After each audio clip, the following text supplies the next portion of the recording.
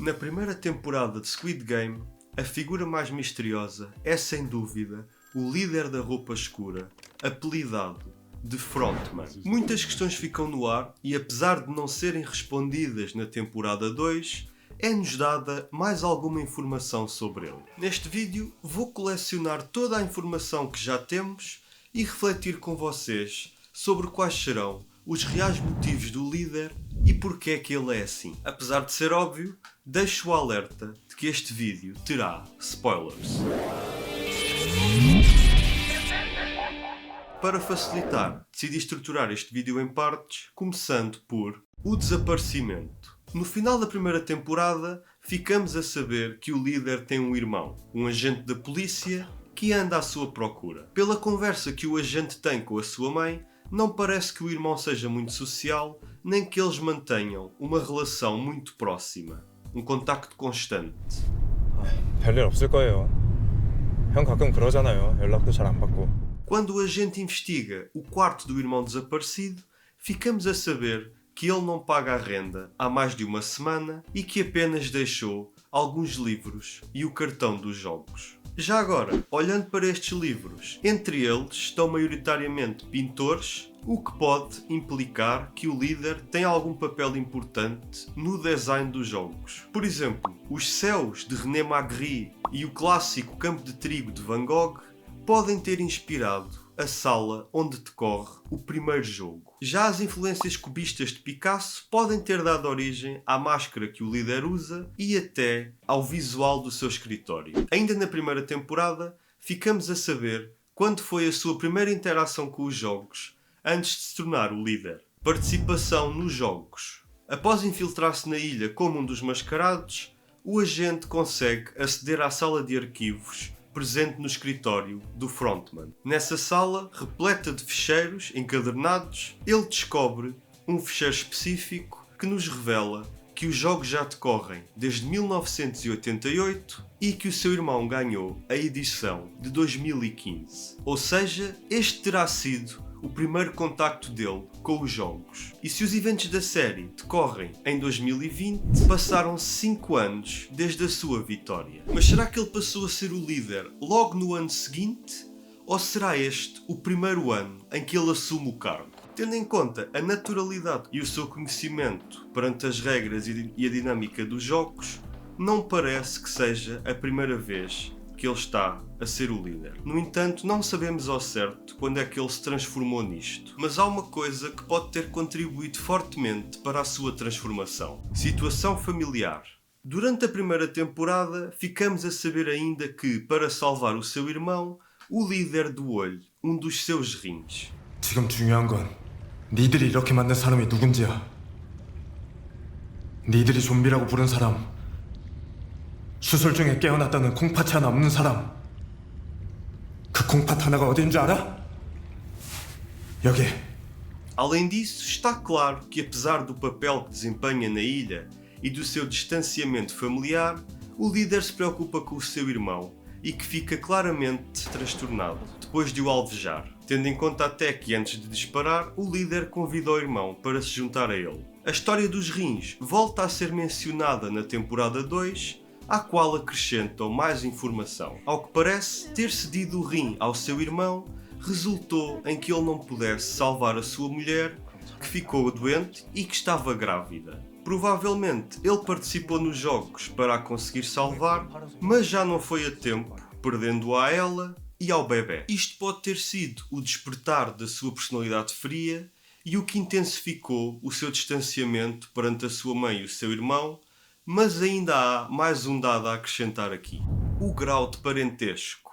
Nesta conversa, a mulher revela que não é realmente mãe do líder e que teme que isto possa ter sido um dos motivos que o fez sentir-se deslocado da família ao ser desvalorizado perante o verdadeiro filho da mulher, que é o agente da polícia. 내가 친엄마가 아니라서 내가 널 더 챙겼다고 원망할까 봐.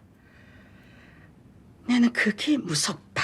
Sendo assim, eles podem apenas ser filhos do mesmo pai ou podem não ser irmãos de todo, sendo o líder apenas o enteado da mãe do agente, ou seja, filho do homem com quem ela passou a viver em algum momento da sua vida. O ponto essencial é que existe a possibilidade deles não serem parentes de sangue. Isto tem levantado questões e alguns fãs apontam a teoria de que talvez o líder seja filho de Oilnam, o velho da primeira temporada e criador dos jogos. Esta teoria talvez seja reforçada na segunda temporada com este pequeno detalhe. 초코우유는 없나요? 제가 흰 우유를 못 먹어서요. 어릴 때도 이 흰 우유를 먹으면 소화가 안 돼서 제가 학교에서 우유 급식도 안 했거든요. 자네 어릴 때 아버지한테 많이 맞았겠어. 어떻게 아세요? 우리 아들이 꼭 자네 같았거든. 준 씨도 이거 더 마시고 다음 게임까지 힘내요. 아니요, 저 괜찮아요. 아니 그냥 마셔요. 내가 원래 흰 우유를 못 ma셔요. Pode ser só uma coincidência ou pode ser uma pista. Caso não se comprove que os dois são familiares, é inegável que pelo menos partilham a mesma forma de pensar. Nojo da pobreza. Perante a situação que viveu e ao não conseguir salvar a mulher, o frontman provavelmente sentiu-se inútil sem dinheiro e considerou que todos os que não têm dinheiro acabam por passar pela mesma situação e tendo o mesmo fim que a mulher dele teve. Ou seja, revoltado com a situação, ele passou a considerar que quem não tem possibilidades é o lixo da sociedade, sem qualquer atenção ou apoio por parte de terceiros. Esta forma de pensar e esta revolta podem ter sido a chave que gerasse interesse pelo conceito e pela ideologia por trás dos jogos, já que o velho tem um discurso exatamente idêntico, assim como o recrutador também tem. 냄새나는 인간 쓰레기를 성균 씨 같은 사람들의 시체를 수도 없이 치우고 태웠죠. 이것들은 사람이 아니다. 이 세상에서 아무짝에 쓸모없는 쓰레기다. Por outro lado, é possível que o motivo que o levou a fazer parte da organização dos jogos seja para terminar com o sofrimento dos desgraçados que vivem uma situação idêntica àquele e a mulher viveram. Esta ideologia é partilhada pela funcionária 011 da segunda temporada, que faz parte da organização precisamente para pôr fim ao sofrimento dos desgraçados, sendo que foi este o discurso que lhe foi transmitido no seu recrutamento e que a convenceu a entrar. 부회장님께서 처음 저를 찾아오셨을 때 제가 여기서 할 일은 아무런 삶의 희망이 없는 사람들을 고통 없이 편히 쉬게 해주는 일이라고 하셨습니다. 전 그 말을 믿고 그 일을 하려고 여기 왔습니다. 변한 건 부대장님이십니다. Jihan. O aparecimento de Jihan trouxe algo a que a equipa do jogo já não estava habituada. Esperança e fé na humanidade. Jihan ainda tem esperança e a bondade necessária para querer ajudar toda a gente. Isto leva-o a querer ser o herói e a terminar com os jogos, como vemos no final da primeira temporada. 그래서 난 용서가 안 돼. 너희들이 하는 짓이. 그 비행기를 타. 그게 당신한테 좋을 거야.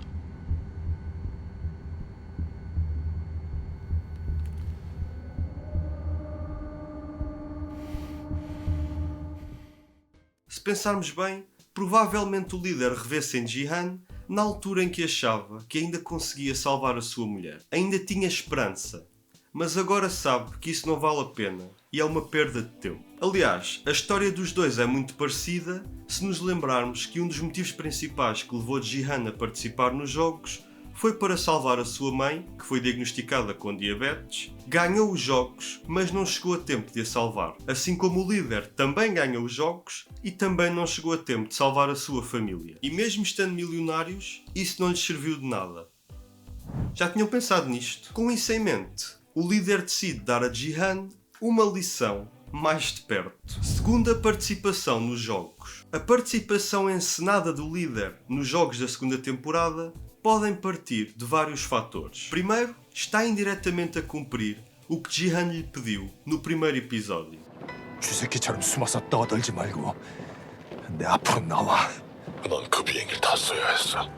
Depois, o principal ponto deve ser para dar a Jihan uma lição gradual e mostrar-lhe que não vale a pena ter toda aquela fé e esperança na humanidade. Aquelas pessoas fizeram a sua escolha baseada no dinheiro, não vão mudar e já têm o seu destino traçado. Tentar ser o herói não lhe vai servir de nada. Por fim, ele está ali para analisar de perto a postura de Jihan, que talvez até considere fascinante, e para o ver ser hipócrita ao não se importar de sacrificar pessoas para a sua causa. Ou seja, talvez eles não sejam assim tão diferentes, mas apenas defendem pontos de vista diferentes. 절대로 싸움에 휘말려서는 안 됩니다. 아니, 그러면은 우리 엑스 쪽이 많이 불리할 것 같은데 우리가 다 싸움에서 빠지면은 쪽수도 밀릴 거고. 알아. 지금 이 인원보다 적은 숫자로는 그놈들을 이길 수가 없어요. 대의를 위해서 작은 희생은 감수하자는 건가요?